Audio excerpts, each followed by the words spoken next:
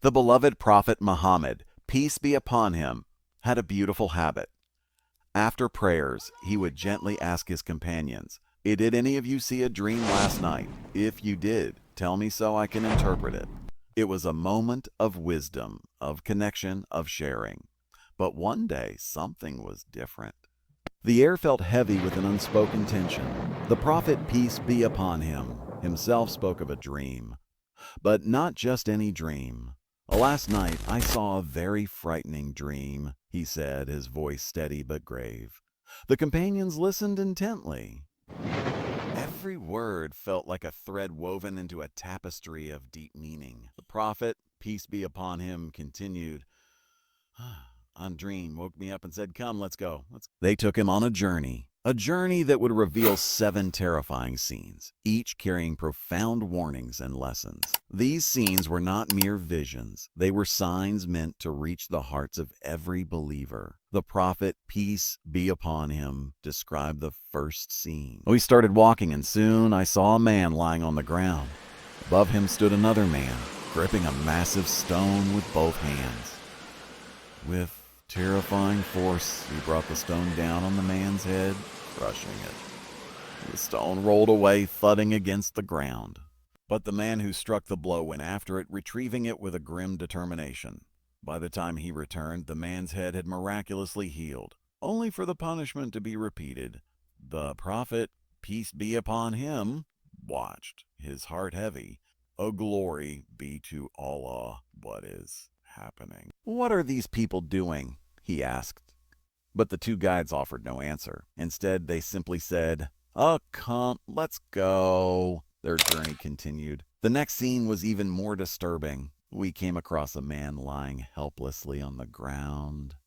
Another man stood over him, holding an iron hook, sharp, gleaming, and cold. What happened next was beyond horrifying. The man with the hook drove it into the helpless man's eye, tearing it through to the back of his head. Then he did the same with his nose and finally his mouth. The torment was merciless. Each wound healed before the hook returned, only for the brutal punishment to begin again. Again, the Prophet, peace be upon him, asked, "A glory be to Allah." What is happening here? Why is this happening? But once more, the guides simply responded, "Come, let's go." They continued their journey, and with every step, the Prophet, peace be upon him, was shown scenes of unimaginable terror. Would the Prophet, peace be upon him, receive answers? What could these terrifying scenes possibly mean? The answers would come, but not yet. The night was still, but the Prophet Muhammad, peace be upon him, continued his journey through the frightening dream, guided by the 2 mysterious figures. Each step brought new scenes, each more horrifying than the last. The Prophet, peace be upon him, described the next vision, his words heavy with sorrow. We walked further and came upon a structure that resembled a tanah, an oven shaped like a cylinder or cone. As they approached, the Prophet, peace be upon him, peered inside. What he saw was disturbing beyond words. Inside the oven, there were men and women with no clothes on, completely naked, their faces twisted with agony. Suddenly, a blazing fire was ignited beneath them, and as the flames rose, they scrambled desperately, trying to escape the scorching heat. But the oven was sealed. There was no escape. The cries of torment echoed, but the guides remained silent. The Prophet, peace be upon him, asked, his voice trembling, "Who are these people?" We walked a little further, and then I saw a river, but it was no ordinary river. Its waters were deep red, like flowing blood. Within that river, a man struggled against the current, desperately swimming toward the shore. But standing on the shore was another man, clutching stones in his hand. Whenever the swimming man reached the shore and opened his mouth, the man standing on the shore would throw a stone into his mouth, forcing him back into the bloody waters.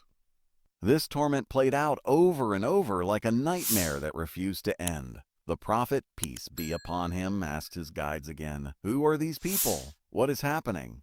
But his questions were met only with the same response, "Let's go."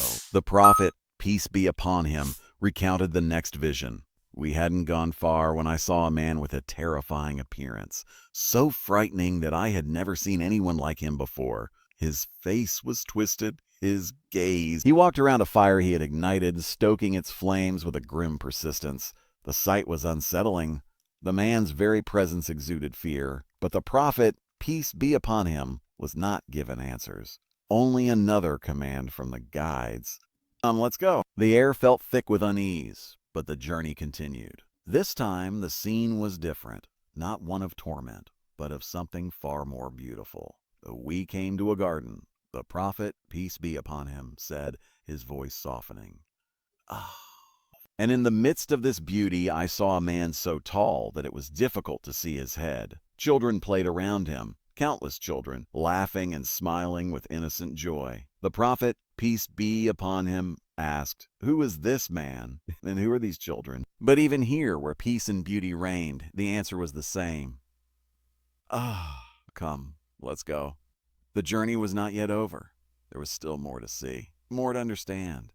Would the prophet, peace be upon him, find the answers to these terrifying scenes? And what did this final garden of peace signify? The journey continued, each step heavy with anticipation. Prophet Muhammad, peace be upon him, followed the two guides, his heart weighed down by the terrifying scenes he had witnessed. But now he was being led towards something different, something far more beautiful. We continued walking. The prophet, peace be upon him, said, until we entered another garden, even more breathtaking than the one before. Its beauty was beyond imagination, vibrant and pure. We approached a gate, he continued, and my guide said to me, let's go up. And then before him lay a magnificent city, a city like none other. Its bricks were not of clay or stone, but of shining gold and silver. As we entered the city, the prophet, peace be upon him, said, I saw people of extraordinary beauty, but there was something strange about them. One side of their faces was flawless, while the other side was scarred and frightening. The prophet, peace be upon him, watched as the people approached a river. Without hesitation, they stepped into its cool, flowing waters, and when they emerged, something miraculous happened. Their faces had been purified. One of the guides turned to the prophet, peace be upon him, and said, "Oh, look ahead." There in front of me was a palace of unimaginable beauty. It was like a cloud, glimmering with purity and grace. The guides told him, "This is your palace."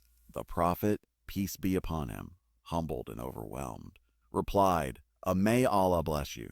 The answers he had been seeking were finally revealed. The guides, who were angels, began to explain the meaning behind each horrific and wondrous scene he had witnessed. The man whose head was crushed with a stone repeatedly. This was the punishment for someone who abandoned the Quran after learning it, neglecting both its recitation and its teachings, and deliberately neglecting prayers. The man whose face was torn apart with hooks. This was the punishment for a person who spoke lies from morning till night, spreading falsehoods carelessly and habitually. The naked men and women burning within the oven. This was the punishment for those who committed adultery and fornication, abandoning the purity Allah commanded. The man swimming endlessly in the river of blood. This was the punishment for someone who consumed or dealt with interest, riba, enslaving themselves to forbidden wealth. The terrifying man who stoked the fire. That was Malik, the guardian of hell, watching over its inhabitants with relentless duty. The towering man surrounded by children. That was Ibrahim, peace be upon him. And the children were those who had died young before reaching maturity.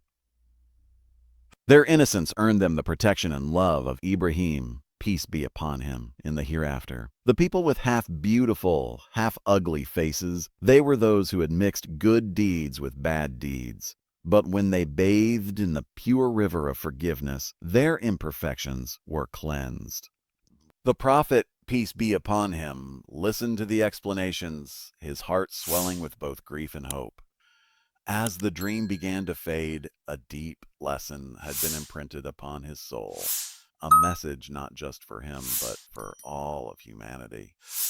The prophet, peace be upon him, woke from his dream, his eyes reflecting both the horror he had witnessed and the mercy he had been shown. He would share this vision with his companions, ensuring that all would understand the consequences of their deeds and the infinite mercy Allah grants to those who seek his forgiveness.